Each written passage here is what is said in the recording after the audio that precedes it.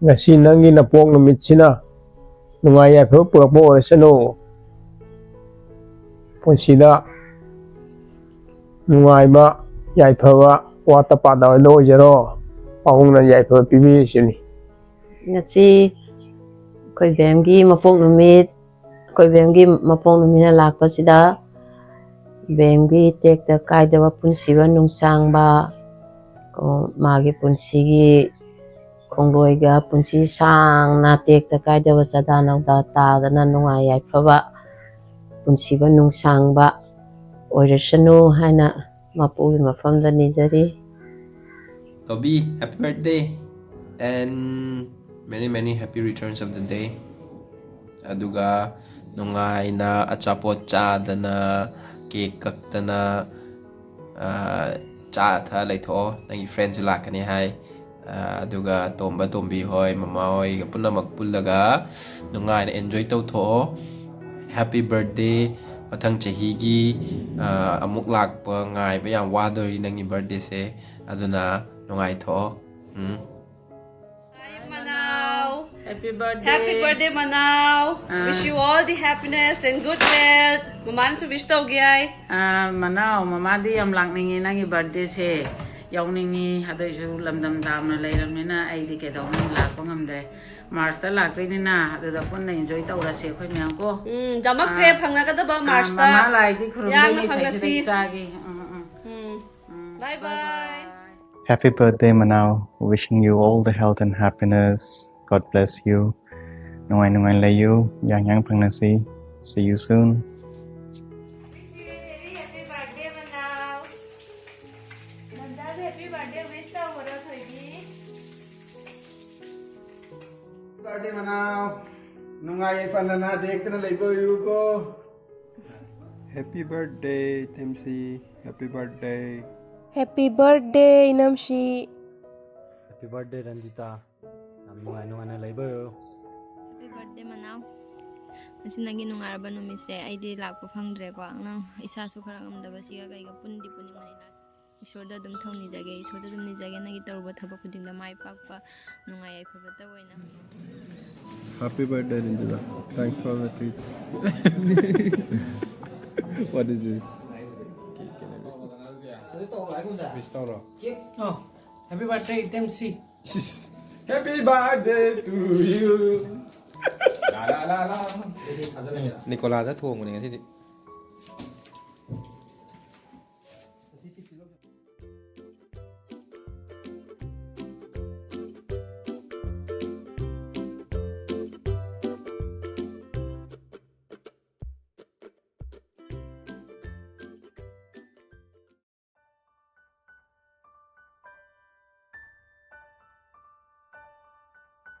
Maya mama na ay birthday gi lai su karambire do khuje bobita la e ado yengminar si mathang mathang amuk la ambaduni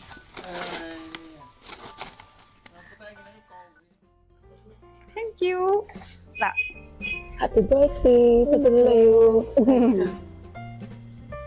Karai uang sini lo. Nada ace.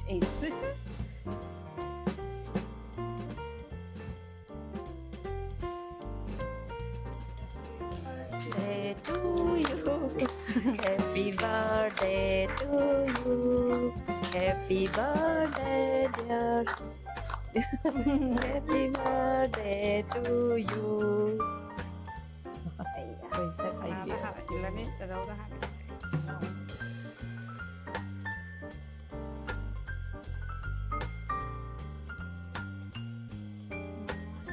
Okay.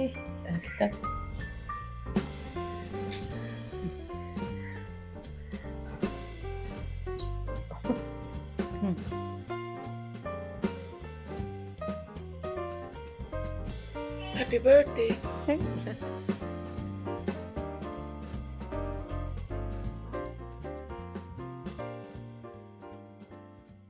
Rina se akoi master chef tomana thadora ini se aiga sapi ga bobita ga chamina na bagi as oya na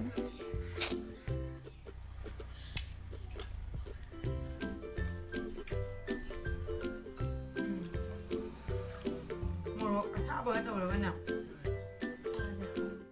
ꯑꯩꯒꯤ ꯁꯤꯡꯖꯨ ꯃꯆꯜꯅꯤ ꯁꯤ ꯂꯩꯔꯦ ꯍꯋꯥꯏ ꯃꯇꯣꯟ ꯌꯣꯡꯆꯥꯛ ꯁꯤꯅ ꯄꯦꯔꯨꯛ ꯑꯗꯒꯤꯗꯤ ꯁꯤꯅ ꯇꯤꯜꯍꯧ ꯃꯅꯥ ꯆꯋꯥꯏ ꯑꯐꯨꯠꯄ ꯂꯩꯔꯦ ꯑꯗꯨꯒ ꯁꯤ ꯂꯩꯔꯦ ꯑꯩꯒꯤ ꯏꯃꯥꯟꯅꯕꯤ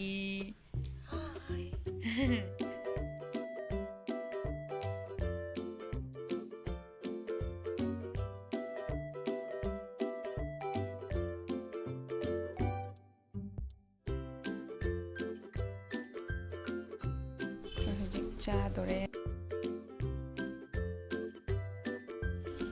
ꯃꯁꯛ ꯎꯗ꯭ꯔꯦ ꯃꯄꯥꯟꯗ ꯐꯝꯃꯒ ꯀꯦꯛ ꯆꯥꯗꯣꯏꯅꯤ cake Hi, khurumjari myaambu. Nang masidi aigi channel da anouba mi ama lae. Adu myam ma se khangbra. Magi ming se asengmada Babita kaweba ko. Adu wa aina mai maming se kharni mamangdagi Miss BG aina thole. Kaino mama mapunchi aina phone torokte phone thangata bi ni se. Nang ni jak myam ta de. Dam china. Du ham sai lo ai mamit ka yong. Mama apak be thajan nge ku he tha da ba. Nang sume video ra ba kan. Hap da me.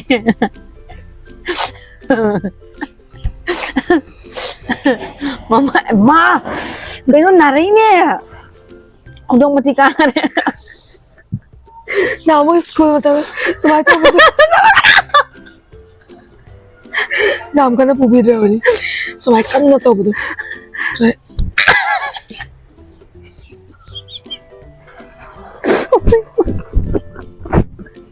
Sorry.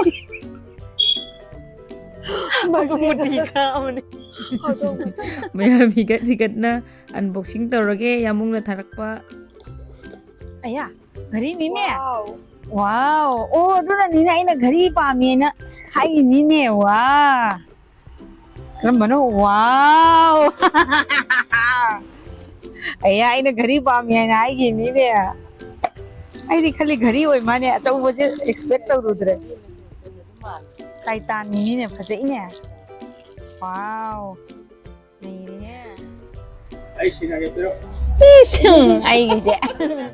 Koi chena piramine ba ko. Ato ma se ngarang una ba nang hawre na ma election officer chatlu yai aina training to inga da mala ami disi college ta adu se pirame ba ko. Ado kenom chamina si hai ba bo he punna chamina ba ka phangaudre amata nang haudre. Aina duga nungai dre ba ko. Hanadi punna nungti nongan mai numita mo punna leiramini na ko. To hikna ko mo amtang hatang ka phamna nongbo punna ka leiba gi chance ka to leina dre mai mai yaina aduna se je piram ma su si piram baga sat han ngare tu si color se yam bhajaban mayam aise ahan wajarasu yumdadi atombini na ki dana ko aduna tamo chau hoina su sen oina thara aina apam leijaroina ado ai kei leidoino khangdri sina khoi chela amaga hangre adu matung la ina training hall da changa kaptho emati ama nuai ta dana mayam sina Babita na pirini aina khalami bako asum ma pira di nungai ni aina do ma pire Hi mayam. Ai ngasi Rinsai birthday laiba. Paila pul labok ta ngasi yamna mathen chare yamna harawi ngasi numit se. Ai ngasi Sunday free oi bai. Koi balai masi matien chicken nga toiba noi sinju yongchak sinju doi ke myam char ai ren sta khangna ba koi re class 4 dagi khangna re ni no mai ki best friend ni yam haroi masi koi da matung da phangna ba mayam koi Babita ga tombi ga hangre do kenom yang hange ongne ni supi ni Babita na tu ai kam phaja isi lipstick se che ai jik thar yang hanjar ke Hi, khurumjari myaambu. Myam masidi ay nungai bana. Ay ayu kanta hawalakpadagi myam na wish myam tawbire nusiba akoy family punamak na su imanaba na su imanabi adagidi aigi YouTube gi itininaw myam man su aigi birthday da ngasi ay nada yektana nungai ay phana lainabay damakta wish tawbire ado myam khudingmak pu aingona wish tawbirakpay damakta thagatchari aduna myam anong bachahi amaga hapchen bagal loina na haraw na leina mo na jage ngammi gai ꯃꯌꯥꯝꯒꯤ ꯑꯐꯕ ꯃꯌꯥꯝꯗꯁꯨ ꯍꯔꯥꯎꯍꯟꯕ ꯑꯩ ꯏꯁꯥꯃꯛꯁꯨ ꯍꯔꯥꯎꯅ ꯂꯩꯕ ꯉꯝꯕ ꯃꯁꯤ ꯑꯣꯏꯕ ꯉꯝꯖꯔꯒꯦ ꯃꯌꯥꯝ ꯑꯔꯣꯏꯕꯁꯤꯗ ꯑꯩꯅ ꯍꯥꯏꯅꯤꯡꯕꯁꯤꯗꯤ ꯆꯍꯤ ꯍꯥꯏꯕꯁꯤꯗꯤ ꯅꯝꯕꯔꯅꯤꯗ ꯅꯝꯕꯔ ꯑꯩꯗꯤ just sweet 16ꯅꯤ ꯀꯥꯏ ꯑꯣꯀꯦ ꯃꯌꯥꯝ ꯁꯤ ꯍꯥꯏꯔꯒ ꯑꯩ ꯚꯤꯗꯤꯑꯣꯁꯦ ꯃꯇꯥꯡꯁꯤꯗ ꯂꯣꯏꯁꯤꯟꯖꯔꯒꯦ ꯑꯗꯨꯒ ꯃꯌꯥꯝꯅ ꯅꯨꯡꯉꯥꯏꯕꯤꯕ ꯇꯥꯔꯒꯗꯤ ꯑꯩꯒꯤ ꯚꯤꯗꯤꯑꯣꯁꯦ ꯂꯥꯏꯛ ꯁꯦꯌꯔ ꯑꯦꯟ ꯁꯕꯁꯀ꯭ꯔꯥꯏꯕ ꯇꯧꯕꯤꯔꯝꯃꯣ ꯈꯨꯔꯨꯝꯖꯔꯤ